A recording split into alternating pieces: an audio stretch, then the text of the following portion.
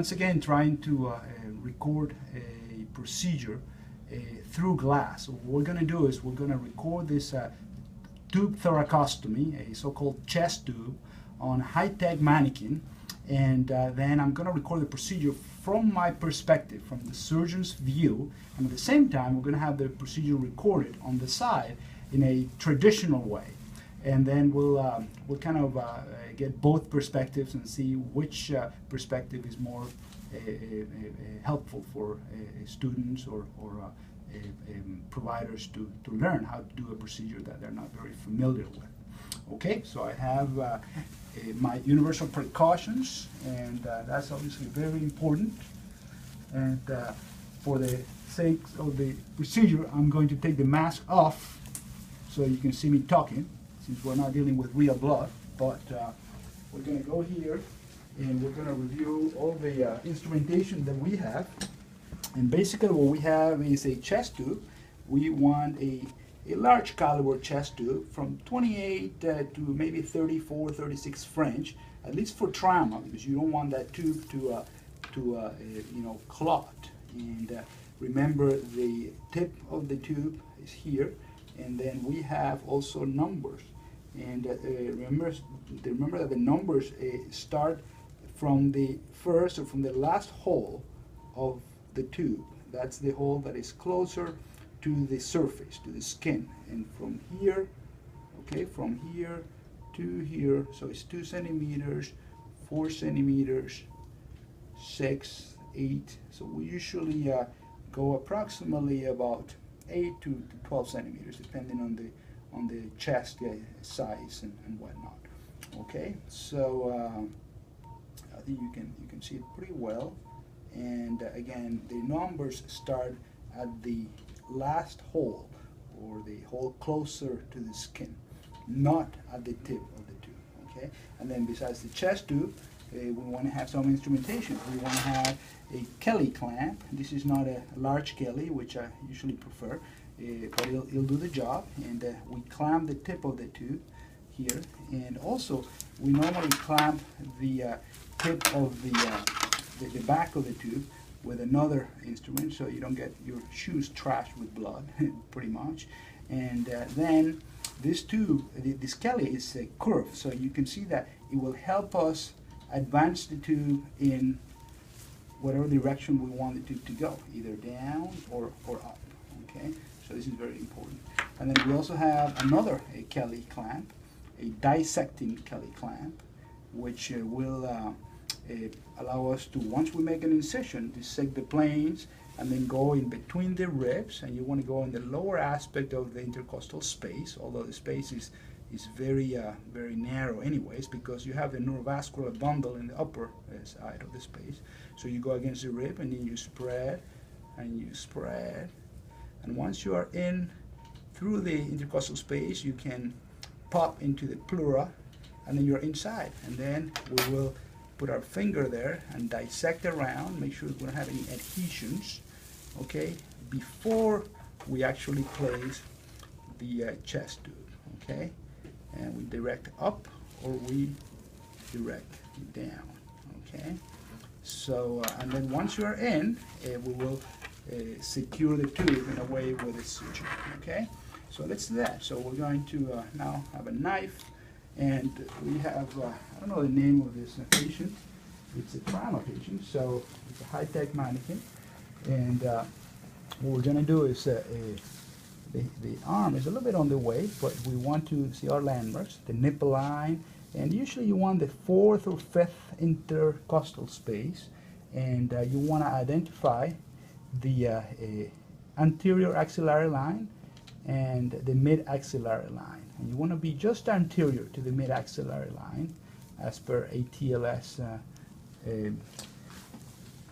basically teachings. And there is already a sort of an incision in there, but if you make an incision, you are going to be able to even see some blood. Let's say we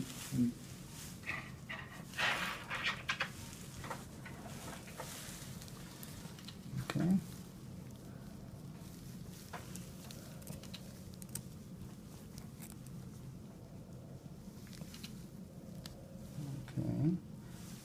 once you have an incision, okay, you want to dissect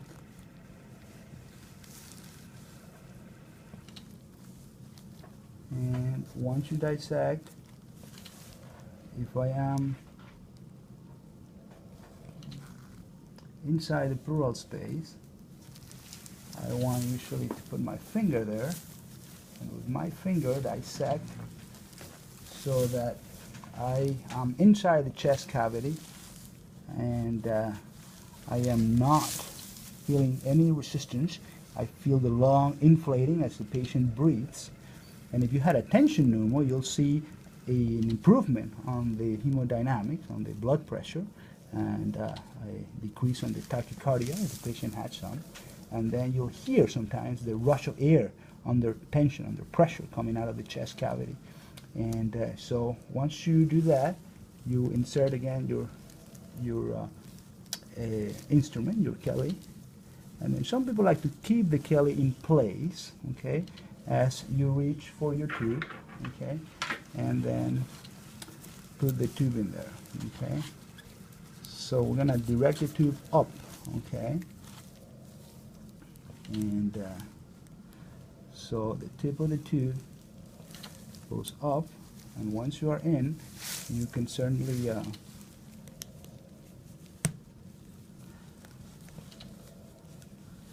advance the tube, okay, until you feel some resistance and you pull back.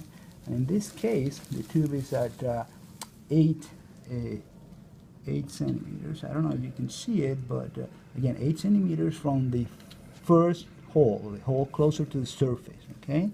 And if we had a hemothorax, we would see a rush of air coming out, and we had this clamp in here, which was preventing that rush of blood actually trashing your shoes, and then you will obviously connect this part to a pleurovac, a water trap, so the air or the fluids can go out but not come back in, okay? And then let's try to do a little suturing in here, because that's kind of an interesting technique. So I have any suture would do. I chose basically a 2/0 silk suture. You want to probably have some monofilament suture. Monofilament like nylon or Prolene, okay, and having a needle holder, which I don't have in this case, but I have just a straight clamp, okay, and we can secure the tube. And let's see if we can actually at least show you a little bit how this is done, although the skin on this mannequin is pretty strong plastic in a way, or rubber. As you can see, it almost bleeds. That's in real time, real life. And so I usually, it's really hard to do this.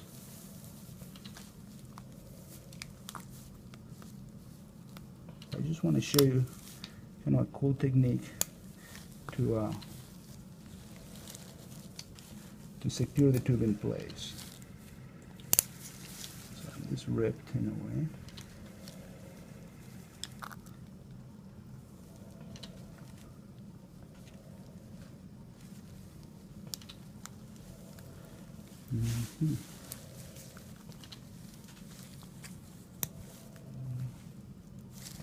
Very tough rubber here.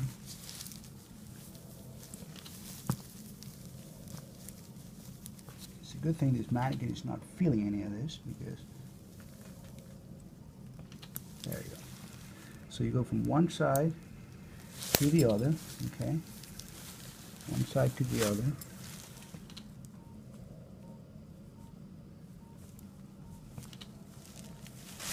Okay. So what I do is I normally cut the needle, but so what we'll do is go down a little bit of an air knot, and we're going to do some people call this a Roman sandal. You got to make sure you don't poke yourself. Okay, with the actual needle. You see, a Roman sandal allows you to, in a way, secure the tube. You want to go around once, twice, 3 times, and then secure the tube in that way. Okay, And obviously you want to prep the area before you start, fast but surely, with some antiseptic solution, okay, and dispose of your sharps appropriately. And if you can see there, so it's a nice view of a Roman sandal type suture there, running around the tube, so it secures it in place. And after that, you get a chest X-ray, and you put a occlusive dressing. Some people put a Vaseline gauze in there to kind of seal the hole in a way, and then some gauze and some tape, and that's it. That's the way to put a chest tube view through glass in a way. Okay, thank you very much.